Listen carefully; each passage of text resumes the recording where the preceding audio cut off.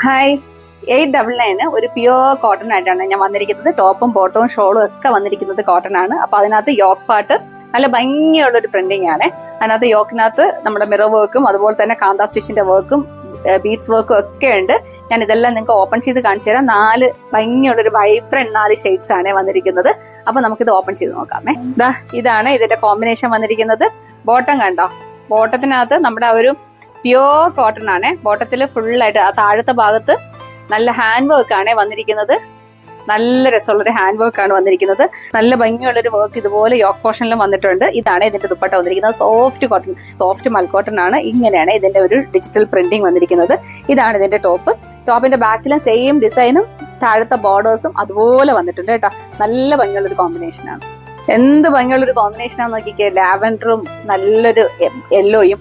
ബോട്ടത്തിനകത്ത് hand work ആണേ ഉള്ളത്. നല്ലൊരു ഹാൻഡ് വർക്കാണ് ഉള്ളത്.